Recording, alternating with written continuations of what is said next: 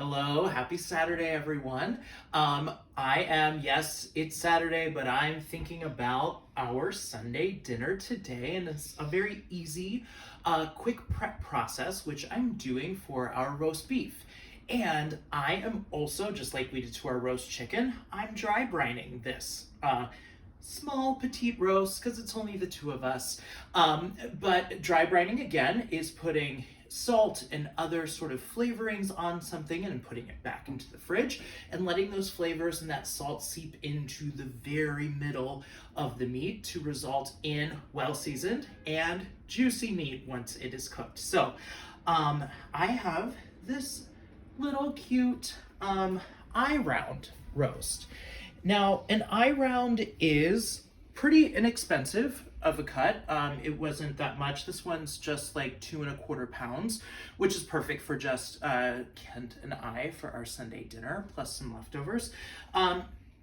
It is not really the most tender or really flavorful cut on its own, which is why I think it is so inexpensive. However, I have a method, dry brine plus my cook method, which is gonna turn this into really juicy, really tender meat at medium rare, which is how we both like it here. So anyway, I have this all prepped, ready to go. I already blotted this dry with paper towels because we didn't want any of that moisture and gook on it.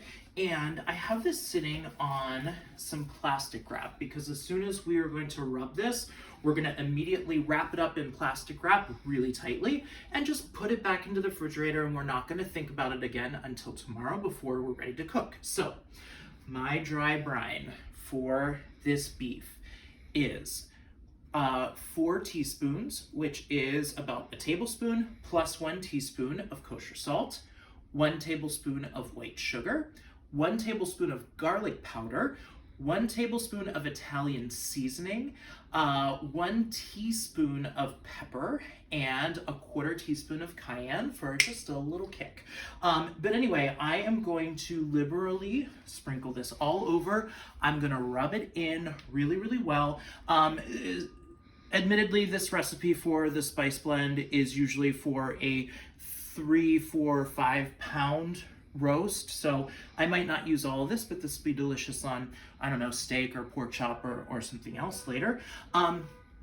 Also, you might be like, why sugar in this one? I know I didn't put the sugar in my chicken brine, but I feel like with beef, we want to get that nice sear, that crust on the outside, and sugar is going to caramelize, and that's why I'm putting it in here. It's not going to taste sweet, but it is going to taste really, really good. So I am going to start piling all of this on, and the reason I'm doing it over this is just so it gets kind of trapped in here anyway, since this is what we're going to wrap it in. So just keep putting it on. You don't need to like rub it too hard because the plastic wrap will kind of seal all of this in and keep the spices and the salt and the sugar really tightly against the meat, which is nice. Thank you, plastic wrap, for doing that. But you do really kind of want a liberal amount of this. And now, when we wrap this in plastic wrap, it will keep the spices. It will also keep the moisture locked in to this piece of beef, which is what you want, as opposed to, all right, put some on the counter, that's okay. As opposed to the chicken brine where you want the skin to dry out, we want to keep this moist. So anyway, that's all I have to do right now. I'm sticking this back into the fridge, and we'll be back again tomorrow to tell you about how we're gonna cook this thing.